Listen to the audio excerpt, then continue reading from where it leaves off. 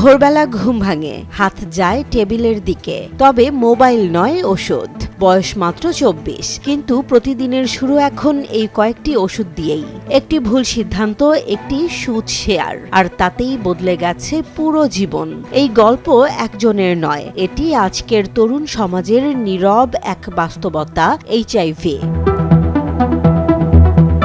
বাংলাদেশে তরুণ তরুণীদের মধ্যে HIV সংক্রমণ উদ্বেগজনক হারে বাড়ছে। স্বাস্থ্য অধিদপ্তরের জাতীয় এইডস ও STV নিয়ন্ত্রণ কর্মসূচির তথ্য অনুযায়ী 2025 সালে দেশে নতুন করে 1891 জন HIV-তে আক্রান্ত হয়েছেন।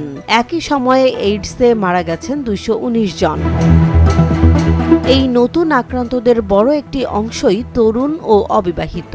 পরিসংখ্যান বলছে 2025 সালে শনাক্ত রোগীদের মধ্যে 42%ই অবিবাহিত তরুণ তরুণী। আগের বছর এই হার ছিল 31.5%, অর্থাৎ মাত্র এক বছরে সংক্রমণ বেড়েছে উল্লেখযোগ্যভাবে।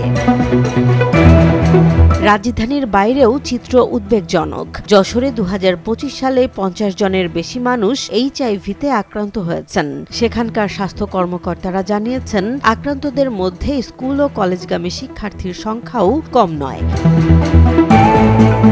বিশেষজ্ঞদের মতে এই সংক্রমণ বৃদ্ধির পেছনে একাধিক কারণ কাজ করছে। এর মধ্যে অন্যতম ইনজেক্টেবল ড্রাগ ব্যবহার। একই সূচ একাধিকবার ব্যবহার করায় রক্তের মাধ্যমে দ্রুত ছড়িয়ে পড়ছে ভাইরাস। পাশাপাশি আছে ঝুঁকিপূর্ণ যৌন আচরণ, একাধিক সঙ্গী কিংবা সঙ্গীর স্বাস্থ্যগত অবস্থার বিষয়ে না জানা, সব মিলিয়েই ঝুঁকি বাড়ছে তরুণদের জন্য। জনস্বাস্থ্যবিদদের মতে যৌন স্বাস্থ্য নিয়ে সামাজিক নীরবতা পরিস্থিতিকে আরও জটিল করে তুলছে। পরিবার ও শিক্ষা প্রতিষ্ঠানে যৌনতা ও প্রজনন স্বাস্থ্য নিয়ে খোলামেলা আলোচনা না হওয়ায় তরুণরা ঝুঁকি সম্পর্কে জানতেই পারছে না।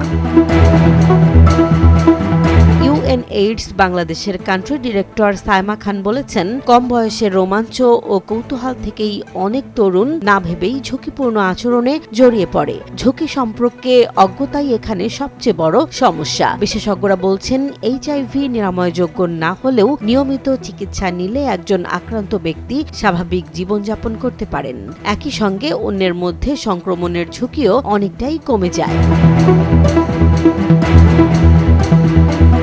তবে বাস্তবতা হলো, সামাজিক ভয়, লজ্জা ও ট্যাবুর কারণে অনেক তরুণ আক্রান্ত হওয়ার পরও সময়মতো পরীক্ষা ও চিকিৎসা শুরু করেন না। এই দেরি হয়ে ওঠে সবচেয়ে বড় বিপদ। বিশেষজ্ঞদের মতে HIV সংক্রমণ ঠেকাতে সবচেয়ে জরুরি হলো সচেতনতা। স্কুল পর্যায় থেকে প্রজনন ও যৌন স্বাস্থ্য শিক্ষা, কিশোর তরুণদের জন্য নিরাপদ ও তথ্যভিত্তিক আলোচনা এবং কার্যকর জনসচেতনতামূলক কর্মসূচি ছাড়া এই প্রবণতা রোধ করা কঠিন।